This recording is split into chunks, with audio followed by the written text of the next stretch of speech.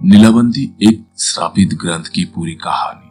दोस्तों, नीलावंती ग्रंथ को भारत सरकार ने बैन कर दिया है क्योंकि इस ग्रंथ को एक श्रापित यक्षिणी के द्वारा लिखा गया है।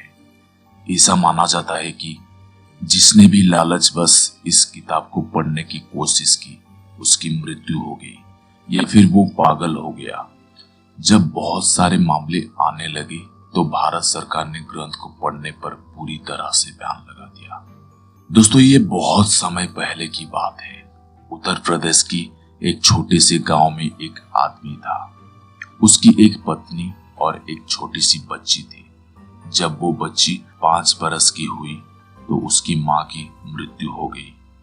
इस बच्ची का नाम नीलावंती था। नीलावंती की माँ की मृत्यु के पश्चात नीलावंती के पिता ने उस गांव को छोड़ दिया और नीलावंती को लेकर दूसरे गांव में चले गए। दोस्तों, नीलावंती के पिताजी को आयुर्वेद का अच्छा खासा ज्ञान था। नीलावंती भी अपने पिता से आयुर्वेद का ज्ञान लेती थी। नीलावंती के अंदर एक खासियत थी कि वो पेड़ पौधे, जानवर, पशु पक्षियों सबकी भाषा समझती थी।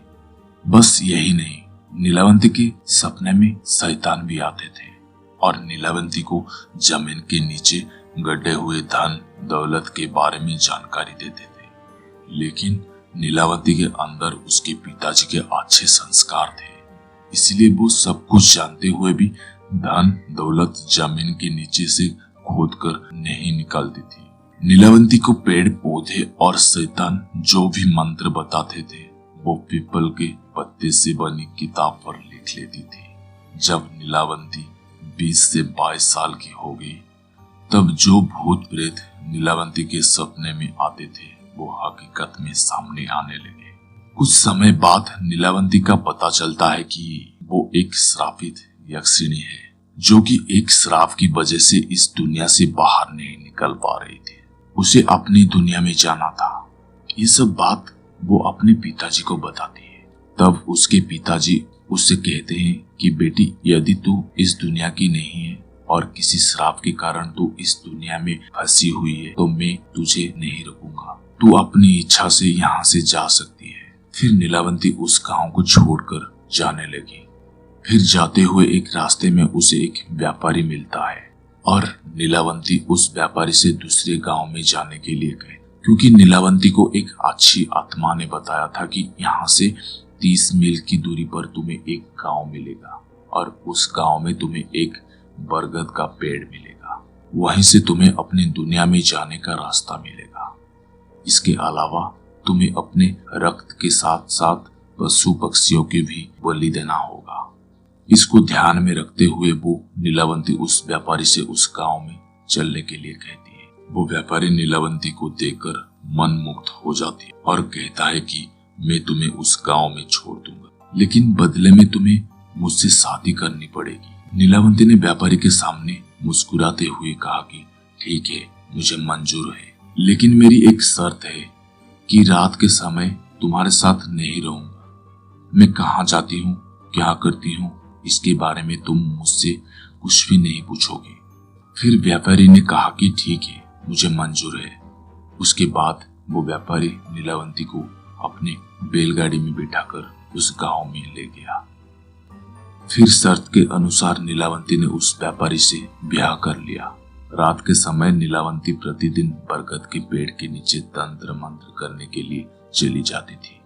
वहां पर वो अपना रक्त और पशु पक्षियों की बलि भी चढ़ाती थी। एक दिन रात के समय जब नीलावंती तंत्र मंत्र उस बरगद के पेड़ के नीचे कर रही थी, उसी समय उस गांव के कुछ लोग नीलावंती को पशु पक्षियों की बलि देते हुए देख लेते हैं और उस व्यापारी को जाकर सारी घटना की जानकारी देते हैं।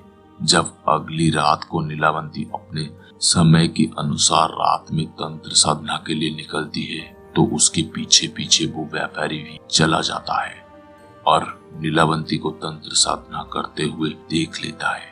अगले दिन नीलावंती को सपने में शैतान आता है और उसे बताता है कि नीलावंती, कल जब तुम तंत्र साधना के लिए बरगद के पेड़ के नीचे जाओगी, उसी समय बरगद के पेड़ के बगल से जो नदी बहती है उस नदी में तुम्हें एक लाश बहती हुई दिखाई देगी। उस लाश के गले में एक ताबीज होगा, तुम्हें उसे खोल लेना है और गले से ताबीज को निकालने के बाद उसी नदी में तुम्हें एक नाव पर सवार आदमी मिलेगा। तुम्हें इस ताबीज को उस आदमी को दे देना है। वो तुम्हें दूसरी दुनिया के दरवाजे तक पहुंचाने में तुम्हारी मदद करेगा। उस शैतान ने नीलावंती से ये भी कहा कि तुम्हें अपनी दुनिया में वापस लौटने का सिर्फ यही एक चांस मिलेगा, दोबारा चांस तुम्हें नहीं मिलेगा। अगले दिन नीलावंती बहुत खुश हुई और रात के समय बरगद के पेड़ के नीचे चली गई। वो तंत्र साधना करके अपनी रक्त की तथा पशु पक्षी की बलि दे रही थी कि उसे नदी के किनारे एक लाश बहती हुई दिखाई देती है। नीलावंती उस लाश के पास जाती है और उसके गले में बंधे हुए ताबीज को निकालने की कोशिश करती है। उसी समय वहां पर वो व्यापारी भी आ गया जो अपने असली शैतान रूप में आ गया था। वो ताबीज की पहली गांठ खोल पाई थी, दूसरा खोलने ही वाली थी कि गांव वाले वहां आ गए और नीलावंती को नरभक्षी समझकर कहने लगे कि ये दोनों शैतान है, ये दोनों तो सभी गांव वालों को मार डालेंगे और इन दोनों को मार डालो।